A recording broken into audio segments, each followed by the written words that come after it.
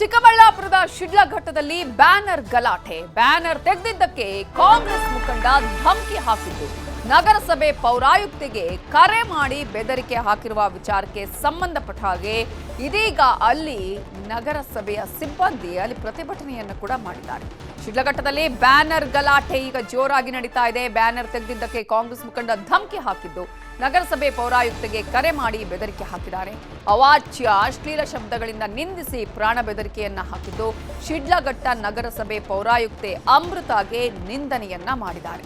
ಕೈ ಮುಖಂಡ ರಾಜೀವ್ ಗೌಡನಿಂದ ಪ್ರಾಣ ಬೆದರಿಕೆಯನ್ನ ಮಾಡಲಾಗಿದ್ದು, ಬ್ಯಾನರ್ ಬಿಚ್ಚಿದ್ರೆ ಅಧಿಕಾರಿಗೆ ಬೆಂಕಿ ಹಚ್ಚಿಸ್ತಾನಂತೆ, ಚಪ್ಲಿಯಿಂದ ಹೊಡೆಸ್ತೇನೆ ಅಂತ ಹೇಳಿ ಆಯುಕ್ತರಿಗೆ ಬೈಗುಳದ ಸುರಿಮಳೆಯನ್ನೇ ಸುರಿದಿದ್ದಾನೆ. ಇವನೇನು ರಾಜಕೀಯ ಲೀಡರೋ ಪುಡಾರಿಯೋ ಅನ್ನುವಂತಹ ಪ್ರಶ್ನೆ ಈಗ ಕೇಳ್ತಾ ಇದ್ದಾರೆ ಸಾರ್ವಜನಿಕರು. ಮಾತನಾಡುವ ಸಂದರ್ಭದಲ್ಲಿ ಏನ್ ಮಾತಾಡಬೇಕು, ಯಾವ ರೀತಿಯಾಗಿ ಮಾತಾಡಬೇಕು ಅಂತ ಹೇಳಿ ಜನಪ್ರತಿನಿಧಿಗಳಿಗೆ ಸ್ವಲ್ಪ ಹೇಳಿಕೊಡೋದು ಒಳ್ಳೇದು ಅಂತ ಅನ್ಸುತ್ತೆ.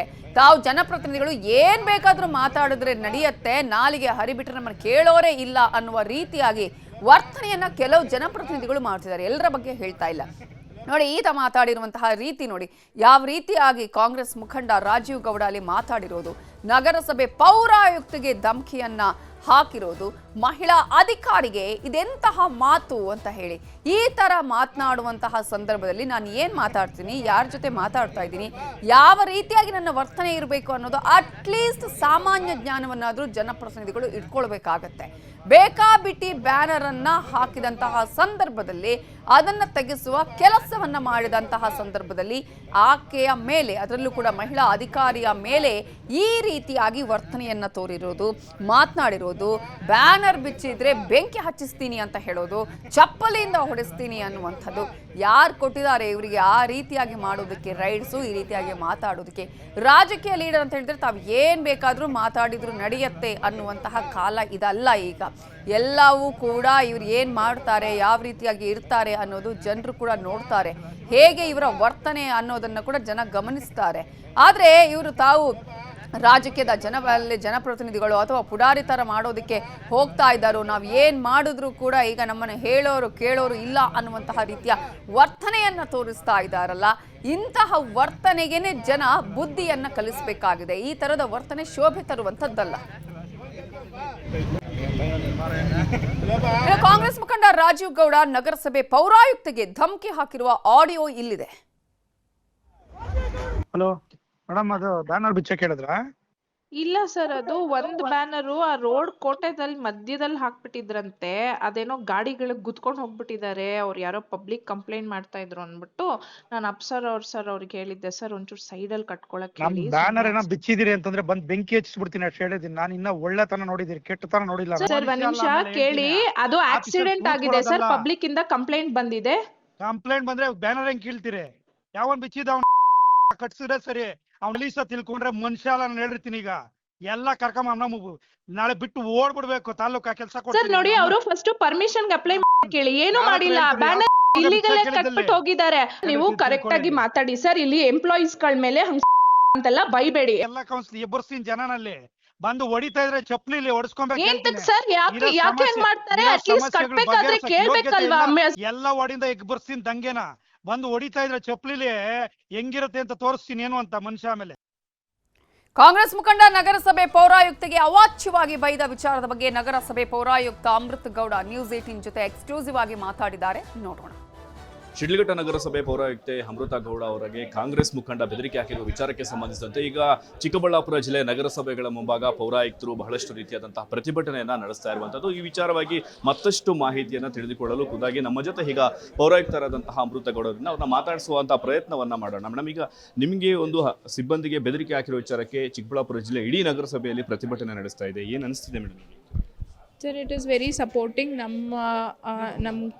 ಲೈಕ್ ಕೋ ಆಫೀಸರ್ಸ್ ಯಾರು ನಗರಸಭೆಯಲ್ಲಿ ಪುರಸಭೆಗಳಲ್ಲಿ ವರ್ಕ್ ಮಾಡ್ತಾ ಇದ್ದಾರೆ ಅವ್ರುಗಳೆಲ್ಲ ನಮಗೆ ಸಪೋರ್ಟ್ ಮಾಡ್ತಾ ಇದ್ದಾರೆ. It is a moral support. ಅವರು ನಮ್ಮ ಪರವಾಗಿ ಸ್ಟ್ರೈಕ್ ಮಾಡ್ತಾ ಇದ್ದಾರೆ.